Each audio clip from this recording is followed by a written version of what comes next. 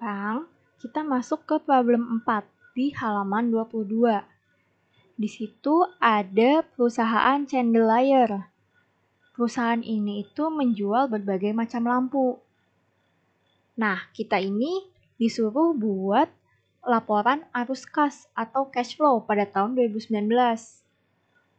Di sini terdapat informasi tentang comparative statement of financial position. Jadi, Statement of Financial Position 2018 sama 2019. Nah, di aset, untuk yang goodwill, itu ada ralat. Diganti jadi paten. Nah, terus di sini, kan Statement of Financial Position itu terdiri dari aset, equity, sama liability kan? Terus kita juga disediain income statement. Nah, yang harus kita cari di income statement ini itu ada tax expense-nya sama net income-nya nih. Nanti kita cari. Lalu dia ada informasi tambahan. Ada 7 informasi tambahan. Nah, di sini dia itu diminta statement of cash flow per 31 Desember 2019 menggunakan indirect method.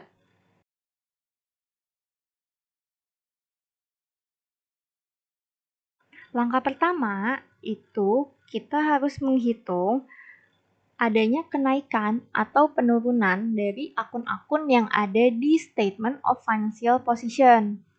Cara nyarinya gimana? Berarti nominal di tahun 2019 dikurang dengan 2018.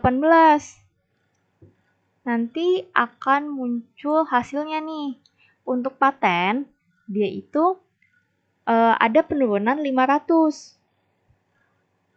Lalu, land juga sama caranya. Berarti kalau di land, itu kan di 2018-nya 150.000. Terus di 2019 itu ada 220.000.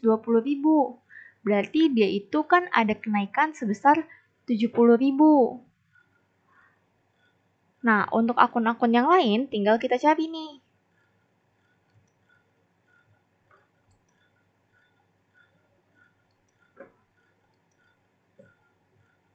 Nah, untuk yang aset, kita nyari dari paten sampai cash. Untuk total asetnya nggak perlu kita selisihin. Kita cari kenaikan atau penurunannya. Nah, untuk yang equity dan liability, itu caranya juga sama. Nominal di tahun 2019 dikurang sama nominal di tahun 2018. Nanti akan dapat kenaikan atau penurunannya.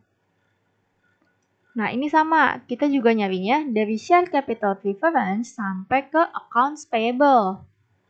Jadi untuk totalnya itu nggak usah kita cari selisihnya.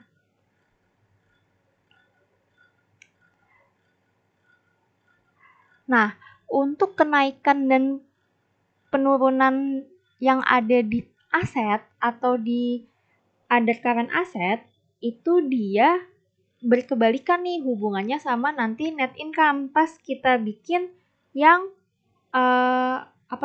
statement of cash flow-nya. Jadi nanti kalau misalkan ada kenaikan di aset, berarti kan kita misalkan beli nih kayak nambah aset kan, otomatis cash kita berkurang.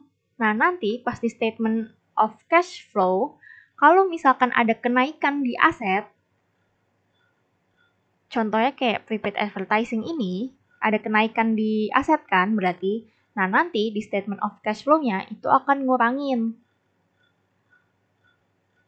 Sedangkan kalau misalkan kita itu ada penurunan di investasi nih. Nah, berarti kan kalau misalkan ada penurunan di nilai investasi, itu tuh asumsinya kita ngejual investasinya itu kan. Nah, ketika kita ngejual, kita itu dapat uang, dapat cash. Berarti di statement of cash flow-nya itu akan menambah. Jadi kalau misalkan penurunan aset menambah net income, kalau ada penambahan aset itu akan mengurangi si net income pada cash flow. Sedangkan kalau di equity atau liability, ketika dia itu ada penambahan, berarti net income yang ada di cash flow itu juga nambah. Sedangkan kalau ada penurunan, berarti dia juga mengurangi net income. Nah, logikanya gimana? Misalkan kita itu punya hutang nih. Accounts payable nih, kita punya hutang. Dari 18.000 jadi 12.000. Berarti kan kita turun 6.000 tuh utangnya. Nah, utang yang turun 6.000 itu berarti kan kita bayar nih. Jadi dari 18.000 kita udah bayar nih 6.000. Jadi hasil akhirnya kan 12.000. Nah, karena kita bayar utang, berarti kan kita mengeluarkan cash nih. Jadi nanti pas di net income cash flow, itu akan ngurangin cash kita. Gitu. Kalau udah, kita bisa lanjut ke income statement. Nah, di income statement, itu kan tax expense sama net income-nya belum ada nih. Berarti harus kita hitung kan? Nah, kita lihat nih di modul. Dia untuk di poin G, informasi tambahan, dia terdapat tarif pajak yang berlaku adalah 30%. Berarti, untuk menghitung tax expense-nya, tinggal kita 30% dikali dengan income before tax. Dapat hasilnya itu 20.580. Lalu untuk net income-nya tinggal kita selisihkan antara income before tax dikurang sama tax expense. Nanti akan muncul hasilnya itu 48.020. Kalau udah, kita bisa lihat di poin informasi tambahan yang di A. Nah, di A ini, Chandelier Co. menjual gedung pada akhir tahun 2019 dengan harga perolehan itu 110.000. Gedung ini diperoleh pada awal tahun 2015 dan disusutkan dengan metode saldo menurun berganda selama 5 tahun. Atas transaksi ini, perusahaan mengalami keuntungan sebesar 20.000. Keuntungan sebesar 20.000.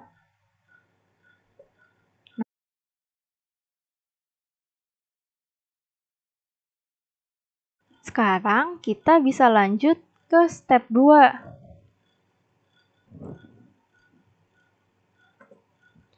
Nah, di step 2 ini kita bikin T-account-nya dulu.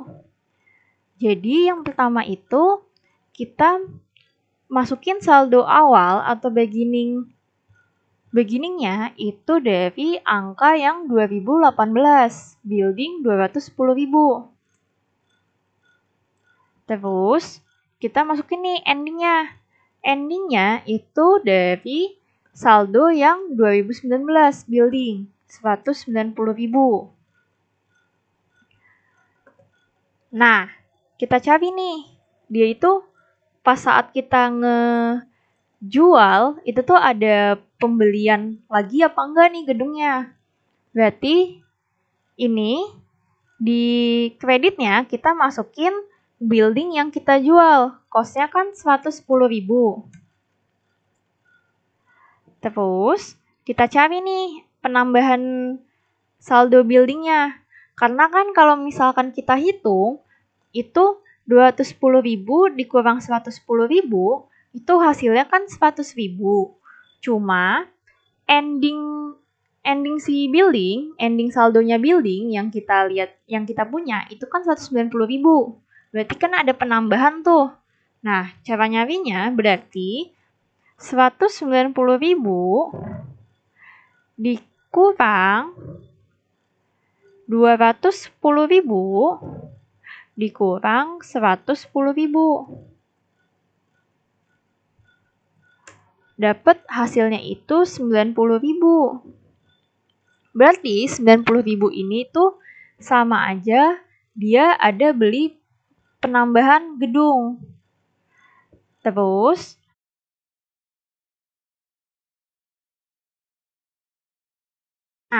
karena kita ngejual, berarti kan kita harus ngitung depresiasinya juga nih. Nah, untuk ngitung depresiasi sampai tahun 2019 itu cara nyarinya ini akumulasi depresiasi kan saldo normalnya di kredit. Kita lihat nih. Dia 2018 itu 78.700. Sama 2019 itu 45.000. Berarti beginningnya itu 78.700. Terus endingnya sesuai kayak tahun 2019, 45.000. Nah, karena si gedung ini kan dia beli itu tahun 2015. Terus dipakai selama 5 tahun kan? Berarti kalau kita hitung itu 2015, 2016, 2017, 18, 19. Udah habis 5 tahun kan? Berarti udah habis masa pemakaiannya. Tinggal kita masukin aja 110.000. Karena kalau misalkan masa pakainya itu sudah habis, berarti kan nilai depresiasinya itu sesuai dengan nilai kosnya. Karena kan kayak terdepresiasi secara penuh tuh asetnya. Makanya akumulasi depresiasinya kita masukin 110.000. Terus, berarti kan kita harus ngitung depresiasi per tahun 2019 itu berapa sih? Nah, cara nyarinya itu kan accumulated depre 2019 sama dengan ACC depre 2018 dikurang yang kita jual ditambah sama depre 2019. Nah, berarti kan accumulated depreciation 2019 kan 45.000.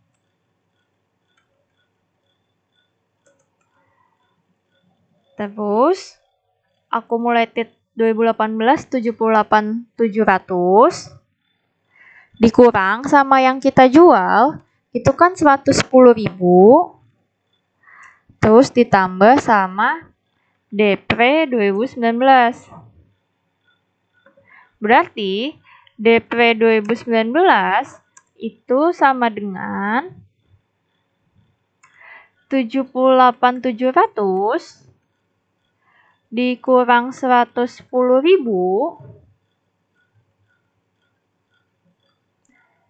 dikurang 45.000. Kenapa dikurang? Karena dia itu pindah ruas.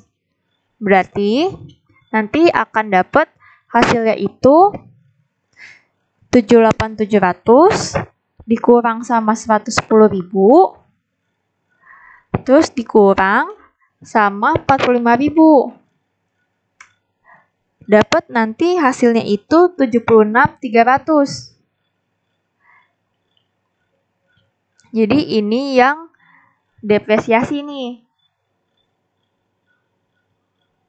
Berarti DP 2019 sama dengan 76.300.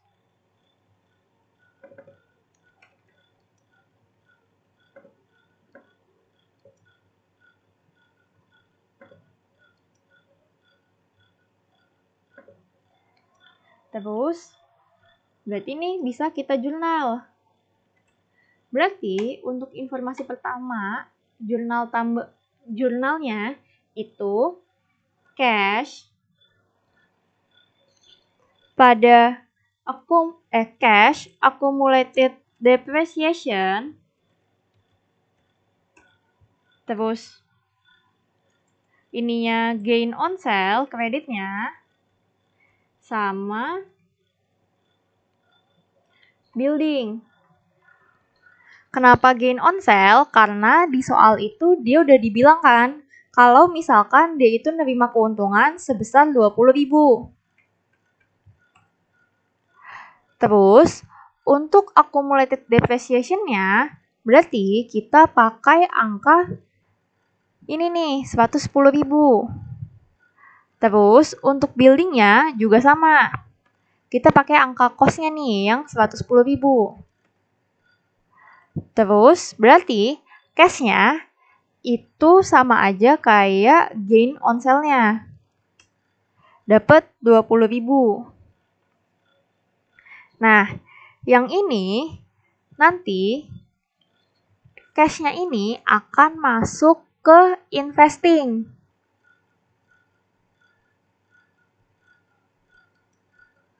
Terus, untuk yang operating-nya itu kita pakai angka yang gain on sale.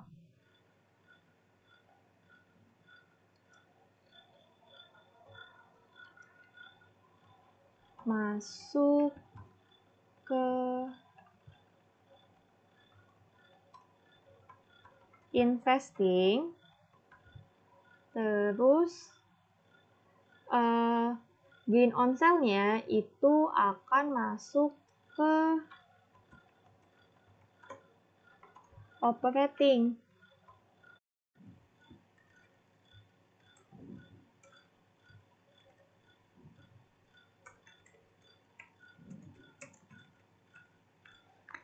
Oke, kita bisa lanjut ke yang informasi tambahan yang di B. Kita lihat nih. Pada tahun ini, perusahaan juga akan melakukan pembelian gedung baru seluruhnya secara tunai. Berarti, kalau kita itu ngebeli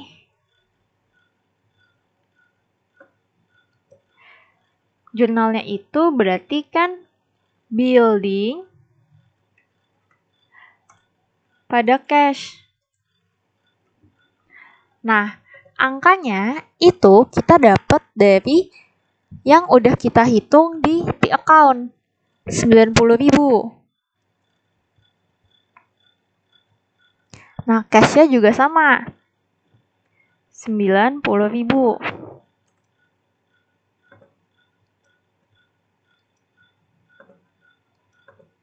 Nah, angka ini ketika kita kita beli, itu akan masuk ke investing.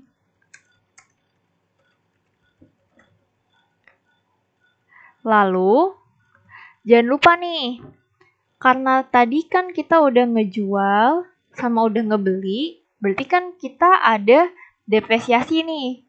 Nah, untuk mencatat depresiasi, berarti depreciation expense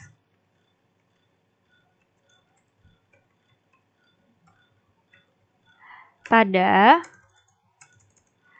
accumulated depreciation. Jadi ini untuk mencatat depresiasi di tahun 2019. Angkanya itu sama kayak yang udah kita hitung di account sebelumnya. 76.300.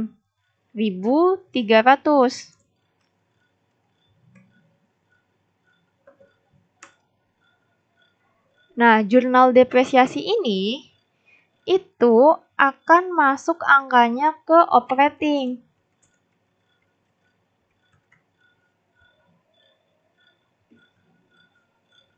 Nah, kalau udah, coba kita lihat ke modul lagi nih. C. Membeli tambahan tanah dengan mengeluarkan uang tunai $70.000. Berarti untuk land, kita lihat dulu nih si land. Beginning balance-nya di tahun 2018 itu kan 150.000. Terus endingnya di tahun 2019 dia itu punya 220.000. Terus dia bilang tadi dia ada beli 70.000. Nah, kita lihat nih, angkanya sama nggak? Caranya kan 220.000 dikurang 150.000. Nah, berarti angka kenaikan sama penurunannya, angka kenaikannya itu 70.000. Sama kayak informasi tambahan yang di bagian C. Dia bilang dia ngebeli 70.000. Berarti bisa langsung kita jurnal nih.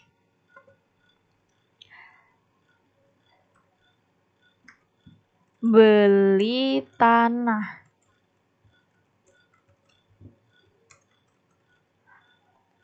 Nah, ngejurnalnya itu berarti land pada cash. Angkanya sebesar 70.000.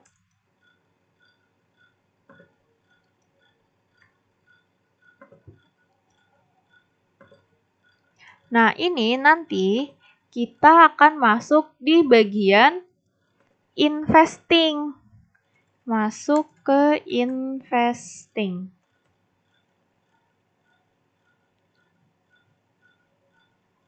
Oke, kalau udah, kita lihat di modul lagi. Yang D. Selama tahun 2019, perusahaan melakukan penghapusan piutang sebesar 5.000. Nah, berarti kita lihat accounts receivable-nya. Di awal, accounts receivable-nya itu kan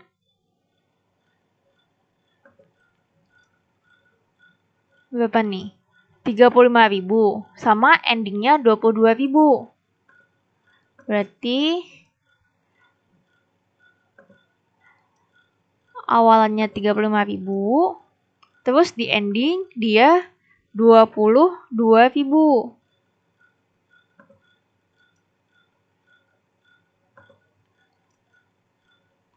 Terus tadi kan dia bilang dia itu ada penghapusan piutang sebanyak $5.000. Nah, berarti kita kan harus nyari operating yang decrease-nya, decrease AR-nya, decrease atau increase dari si accounts receivable. Jadi, angka yang udah kita dapat di sini, increase decrease-nya accounts receivable, itu nggak boleh langsung kita catat. Jadi, kita harus ngitung pakai T account. Nah, berarti cara nyarinya itu kan endingnya itu 22.000 ya. Berarti yang ending dikurang sama 35.000 terus ditambah sama 5.000. Nanti akan dapat hasilnya itu 8.000. Nah, 8.000 ini akan masuk ke decrease. Decrease-nya si AR.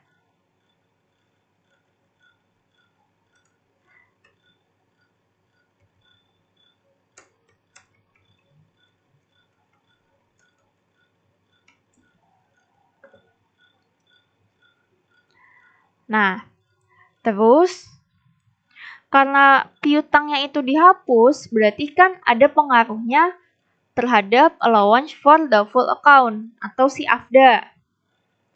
Nah, kita lihat nih, si AFDA itu saldo awalnya dia 2.100 sama endingnya itu 1.800.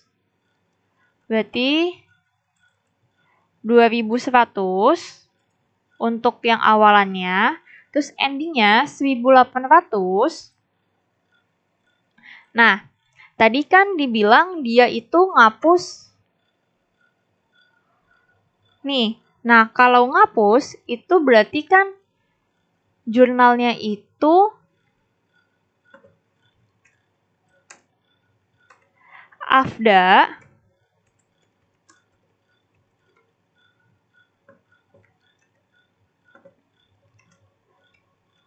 pada accounts receivable.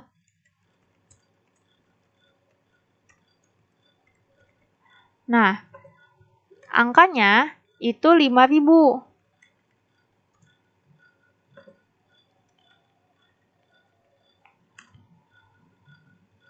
Nah, karena AFDA ini di debit, berarti untuk penghapusan piutang ini kita ada masukin di T account 5.000 di debit. Nah, 5.000 sama 2.100 kalau diselisihin itu kan akhirannya nggak 1.800 nih. Jadi, untuk ngitungnya,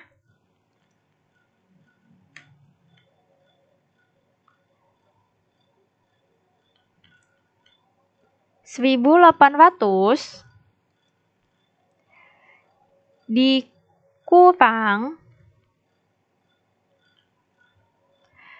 sama 2.100 ditambah sama 5.000. Nanti akan dapat hasilnya itu 4.700.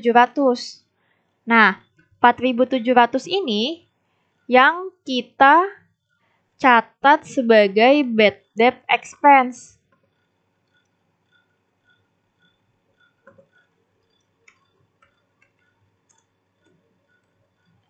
Sama dengan bad debt expense.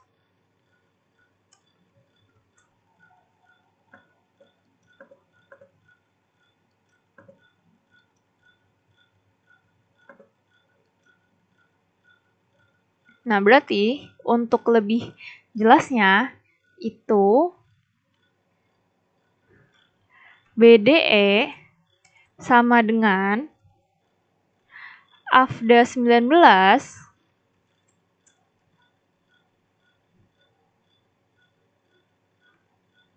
dikurang sama 2018 terus ditambah sama yang kita hapus.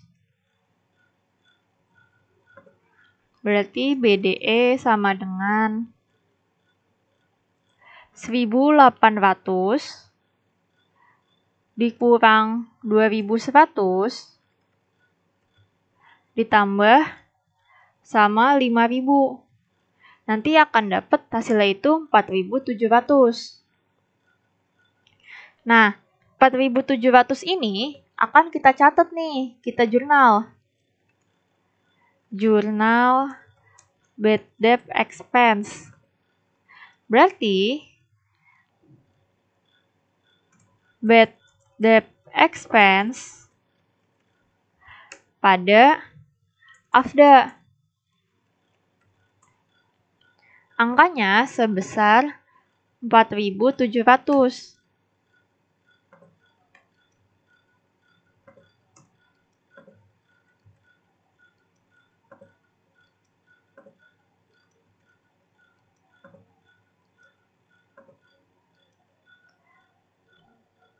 Nah, untuk BDE ini akan masuk ke operating.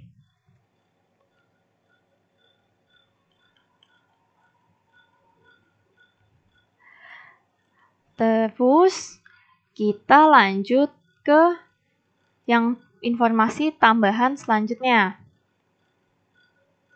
Pada tahun ini, perusahaan hanya membagikan dividen tunai kepada para pemegang saham. Berarti, kalau dividen itu kita akan coba untuk menghitung di account dari si retained earnings. Kenapa? Karena retained earnings itu jadi sumber perusahaan membagikan dividen, membayarkan dividennya itu dari si retained earnings. Berarti kita harus lihat nih, balance 2018 atau beginningnya itu retained earnings sebesar 123.000.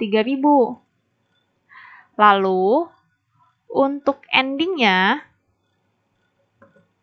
itu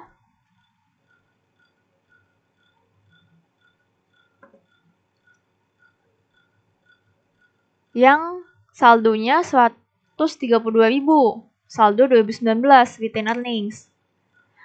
Nah, karena nanti kan kita itu akan menutup dari, jadi kan kalau misalkan si net income itu akan nambahin retained earnings kan. Nah, net income yang kita dapat di tahun 2019 itu akan nambahin retained earnings, makanya ditaruh di kredit juga. Nah, net income yang udah kita hitung 2019 itu 48.020. Berarti untuk pembayaran dividen sama aja dari beginning CRE 2018 ditambah sama net income 2019 dikurang sama ending 2019. Dapat hasilnya itu 39.020. Berarti ini bisa kita jurnal nih. Jurnal bagi dividen. Berarti karena dia itu kan ngurangin retained earnings, berarti retained earnings kita taruh di debit. Terus kreditnya itu cash dividen. Nah, angkanya ini dapat 39.020.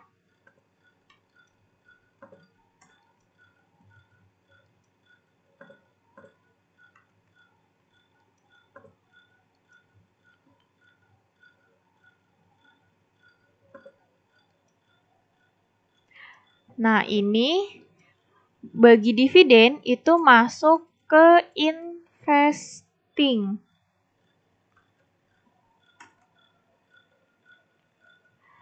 Terus kita lanjut ke yang informasi tambahan selanjutnya. Dia bilang, investasi di Babliko itu investasi jangka pendek. Sama halnya dengan bonds payable. Dia itu akan jatuh tempo tahun depan. Berarti kan dia itu investasi sama bonds payable-nya itu masuk jangka pendek. Nah, untuk pencatatannya nanti di cash flow itu investasi dan bonds-nya akan tetap sama sesuai dengan penurunan atau kenaikan yang udah kita hitung.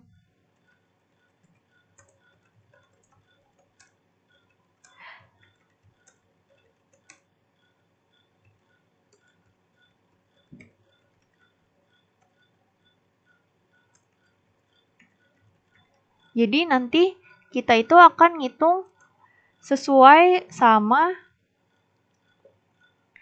penurunannya atau kenaikannya. Jadi nanti itu ada si investasi ini, itu nanti akan kita catat 5.000 decrease. Terus bonds payable itu juga bonds payable nanti akan kita catat increase gitu. Terus, kan kita lihat nih, pas di share capital preference sama share capital ordinary, itu kan dia ada selisih kenaikan nih. Dari yang awalnya 60.000 share capital preference 2018 jadi 66.000 di tahun 2019. Terus untuk ordinary dari 52.500 menjadi 60.000. Berarti kan kalau ada kenaikan, dia itu sama aja kayak dia nerbitin. Nah, berarti kita hitung nih. Share capital preference awalannya itu kan 60.000. Terus ending dari preference itu 66.000. Nah, berarti kita itu kenaikannya atau penambahannya 66.000 dikurang 60.000. Dapat hasilnya 6.000.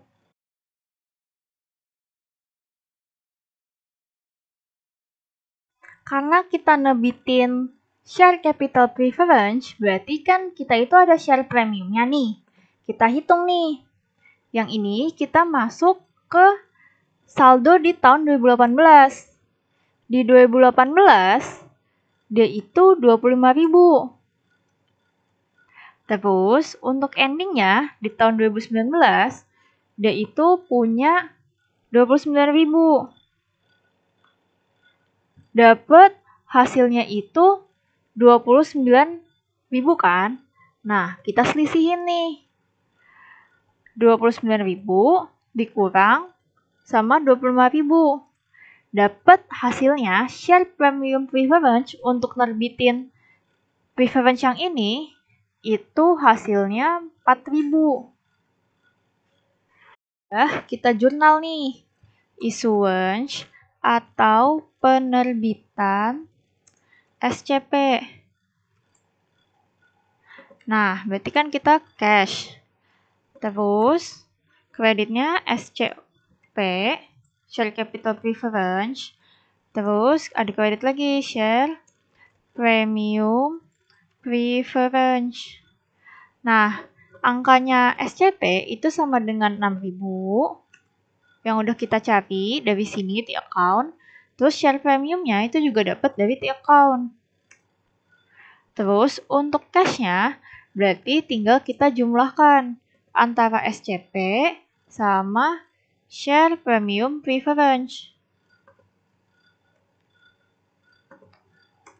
Nah, dapat hasilnya itu 10.000. Nah, angka ini masuk ke financing yang cashnya. Nah, kalau udah, kita lanjut ke yang share capital ordinary. Nah, di share capital ordinary, kita lihat nih, saldo di tahun 2018. Dia bilang itu 52.500. Berarti di sini sama aja 52.500. Terus endingnya itu kita lihat saldo di tahun 2019. Dapat hasilnya itu 60.000. Nah, berarti kita itu ada nerbitin 60.000 dikurang sama 52.500. Berarti kita nerbitin 7.500. Sedangkan untuk share premiumnya, premium ordinary, kita lihat nih. Saldo di tahun 2018. Dia bilang itu 70.000 awalnya. Terus, untuk endingnya, kita lihat saldo 2019, share premium ordinary, 90.000. Nah, untuk cari share premium ordinary dari 7.500, kita tinggal kurangin nih. 90.000 dikurang sama 70.000. Dapat hasilnya itu 20.000. Nah, berarti kita jurnal issuance atau penerbitan SCO atau Share Capital Ordinary. Berarti jurnalnya itu cash, SCO-nya Share Capital Ordinary, terus Share Premium Ordinary. Nah, ini angka SCO-nya dari Share Capital Ordinary yang kita hitung dari T-account.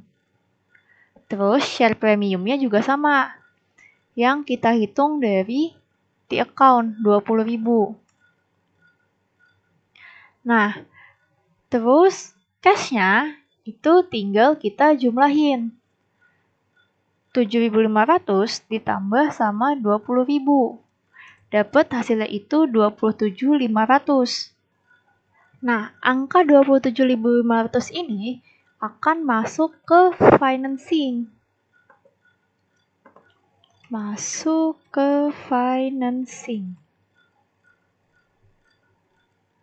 Nah, kalau misalkan sudah kita hitung seperti ini, kita bisa coba masuk ke statement of cash flow-nya.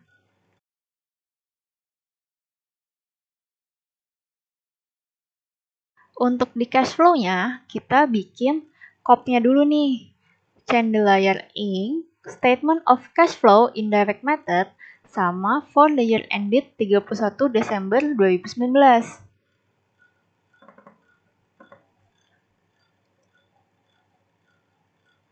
Nah, terus untuk cash flow from operating activities-nya, dia itu ada net income, lalu ada depreciation, amortization, bad debt expense, gain on sale of building, decrease of investment, increase of prepaid advertising, increase of prepaid rent, increase of inventory, decrease of account receivable, increase of bonds payable, decrease of salaries and wages payable.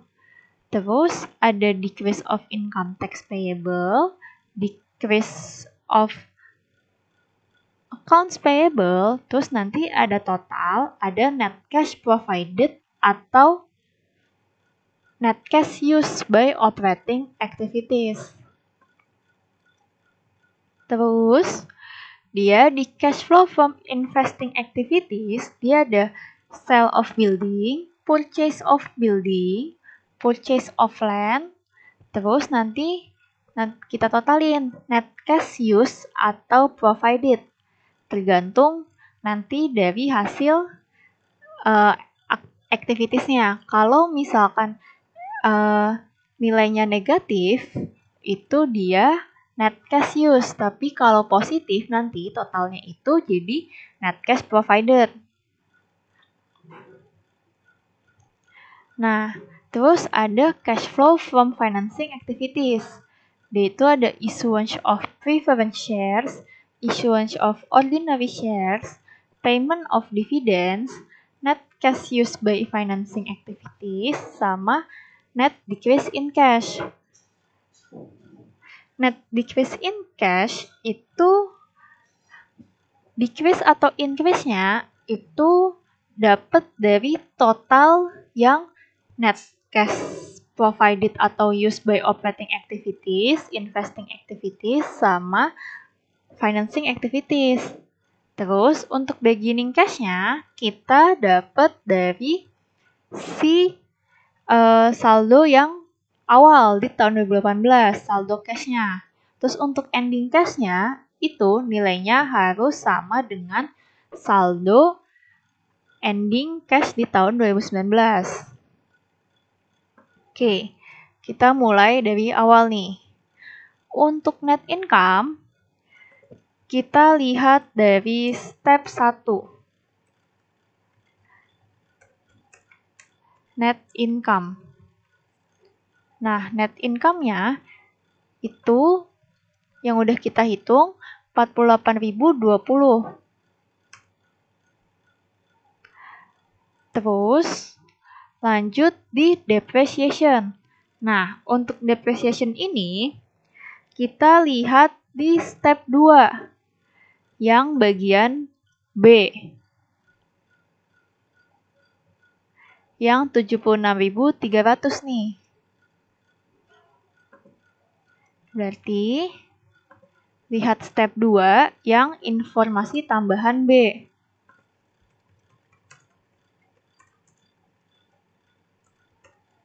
Terus, untuk amortisasinya, itu kita lihat dari step 1, penurunan nilai paten.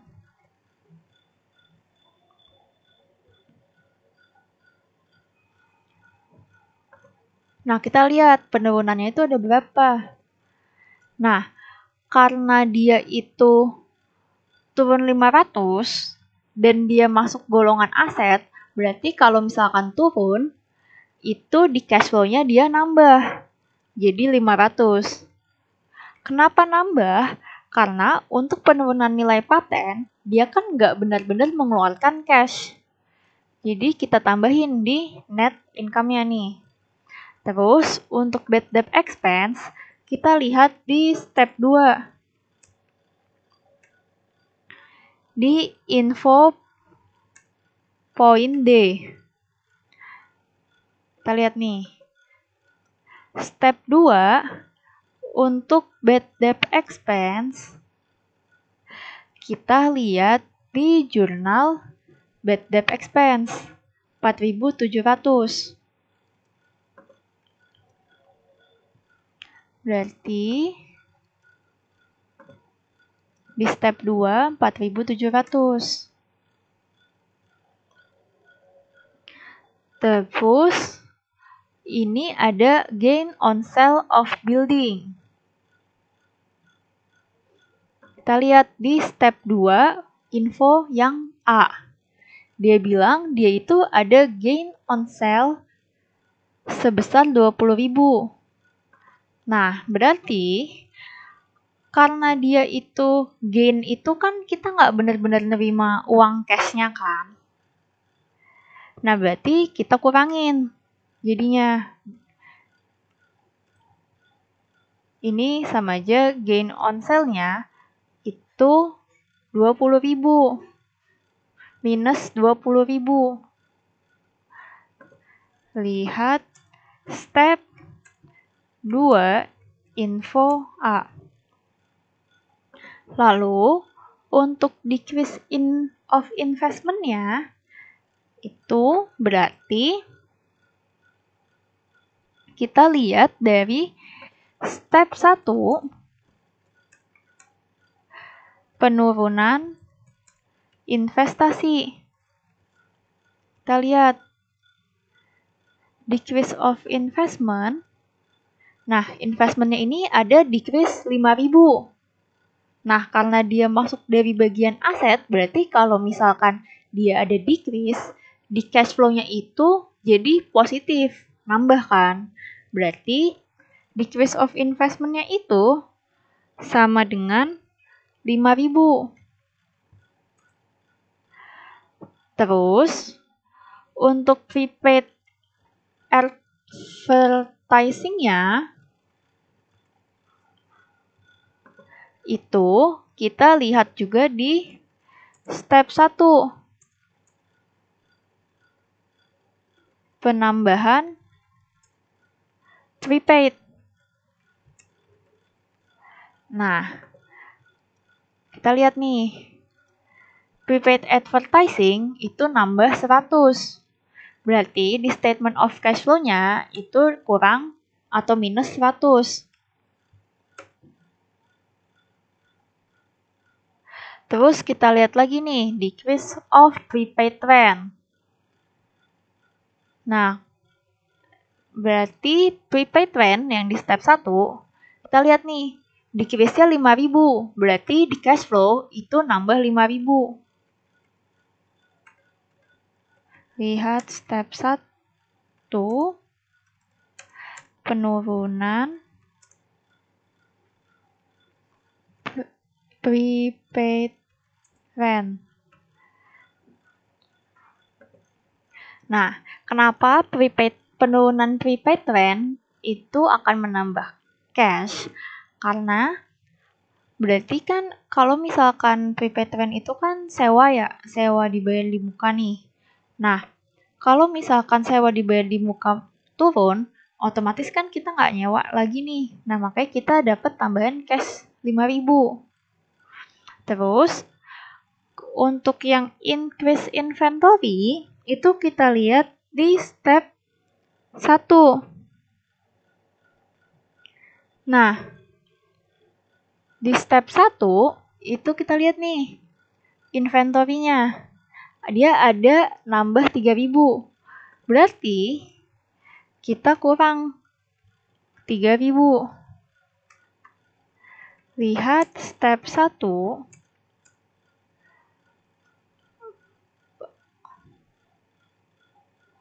Penambahan inventory. Terus, lanjut di decrease of accounts receivable. Di decrease of accounts receivable, itu kita lihat angkanya dari step 2. Di D. Kita lihat nih di D. Berarti di D ini kan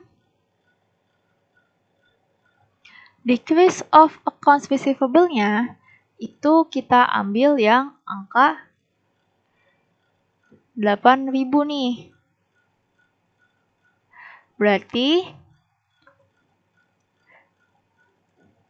sama dengan 8.000.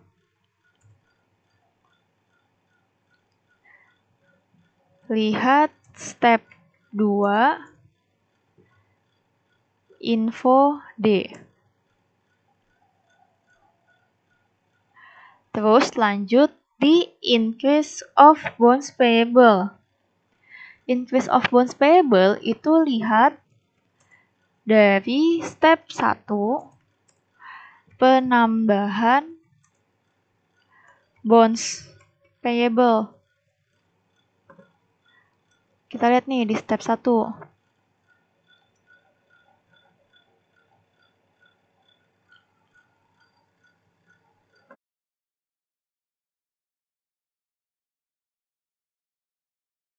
Bonds payable itu dia ada increase 20.000. Berarti di increase of bonds payable kita catatnya itu 20.000. Nah, kenapa dia itu ada peningkatan pas di net income-nya itu juga nambah? Karena dia itu kan bonds payable. Bonds payable itu masuk ke bagian liability. Jadi nanti kalau misalkan ada liability sama equity, itu penambahan atau pengurangannya, itu penambahan atau penurunan akan searah sama penambahan dan pengurangan yang ada di cash flow. Nah, karena dia naik kan, increase, berarti di cash flow-nya itu juga nambahin. Nah, kalau misalkan decrease of salaries and wages payable, decrease kan nih, berarti kita lihat nih di step 1-nya. Si salaries and wages payable itu ada decrease 5.000 kan. Nah, berarti di cash flow-nya itu juga 5.000, minus 5.000. Gitu. Lihat step 1, decrease salaries. Terus, lanjut di decrease of income tax payable. Nah, berarti kita lihat di step 1, income tax payable. Dia ada penurunan sebesar 2.000.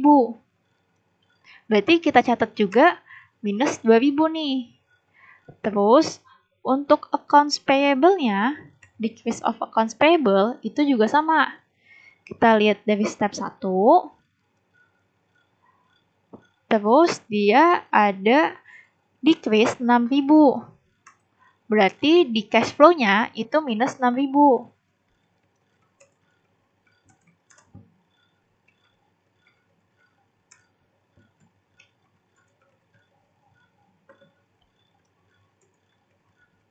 Step 1, decrease accounts payable.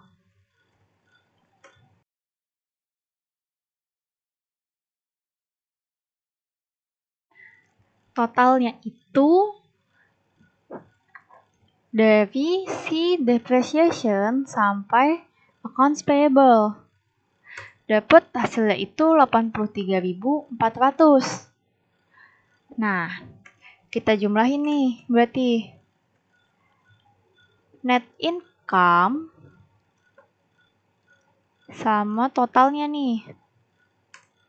Dapat hasilnya itu positif kan, 131.420. Nah, karena positif, berarti dia itu jadinya net cash provided. Terus kita lanjut nih, di yang investing activities. Di investing activities, itu kita lihat yang pertama sale of building. Nah, sale of building itu kita lihat dari step 2, info A. Info tambahan A. Nih, step 2, info tambahan yang A. Sale of building. Nah, sale of building itu kita ambil yang nilai cash-nya.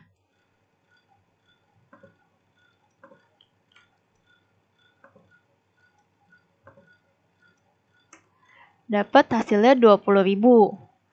Terus, untuk purchase of building-nya, berarti kita lihat di step 2. Masih di info yang B nih. Nah, purchase of building, kita lihat. Jurnal beli itu buildingnya 90.000 kan? Berarti karena kita beli, berarti kita cash-nya itu berkurang kan, karena kita ngeluarin uang. Kalau misalkan pas sale, kita menjual, berarti kan kita nerima. Makanya dia positif. Kalau beli, berarti kita negatif, karena kita ngeluarin uang kan, 90.000. Terus, lanjut di purchase of land nih. Purchase of land itu kita lihat di step 2, info yang C. Nah, step 2 ini, info yang C kita beli 70.000. Berarti nanti akan berkurang 70.000.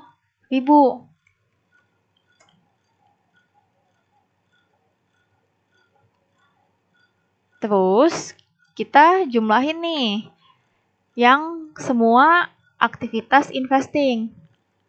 Berarti dari sale of building sampai purchase of land. Dapat hasilnya itu negatif 140.000. Nah, karena dia negatif, berarti ini kita net cash use.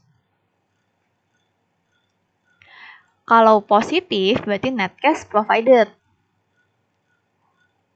Terus kita lanjut di cash flow from financing activities. Pertama, issuance of preference shares. Issuance of preference shares kita lihat di step 2. Yang bagian terakhir.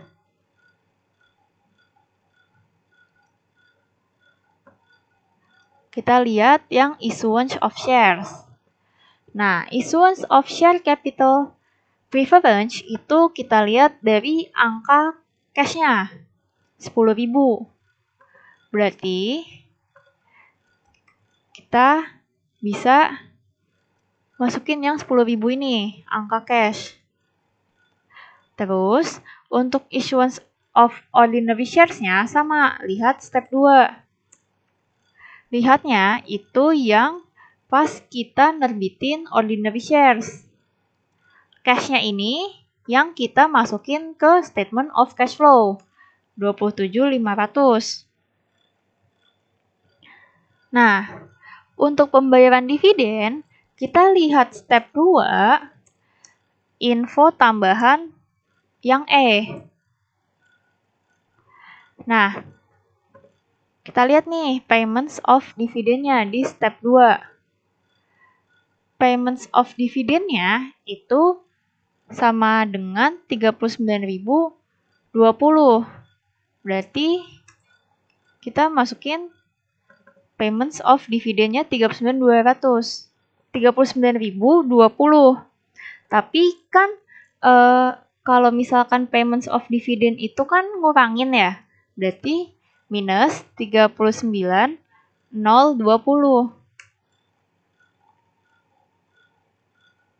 Terus sama nih net cash-nya itu tinggal net cash dari financing activities-nya tinggal kita jumlahin. Dari issuance preference sampai yang payment of dividend. Dapat hasilnya itu negatif 1.520. Nah, berarti ini kita catat sebagai net cash use by financing activities. Terus, di sini itu bisa net decrease atau net increase, tergantung nanti hasil dari penjumlahan si operating activities, investing activities, sama financing activities. Nah, caranya ini berarti net cash provided ditambah sama net cash used by investing ditambah sama net cash used by financing activities. Dapat hasilnya itu 10.100. Negatif kan? Nah, karena negatif berarti dia net decrease. Kalau positif dia net increase. Nah, untuk beginning cash-nya berarti tinggal kita lihat dari step 1 yang cash 2018 28.700. Terus untuk ending cash-nya kita itu jumlahin dari yang net decrease sama beginning cash-nya. Dapat hasilnya itu 18.600. Nah, kalau udah ketemu kayak gini, setelah ini kita cocokkan dengan cash tahun 2019. Nah, di tahun 2019 cash-nya itu 18.600. Sama kan? Nah, kalau sama gini berarti hitungan kalian itu udah bener. Jadi, angka beginning cash dan ending cash di cash flow itu harus sama kayak yang ada di comparative statement of financial position yang ada di soal. Itu. Nah, kalau misalkan ada yang nggak jelas, bisa ditanyain ya.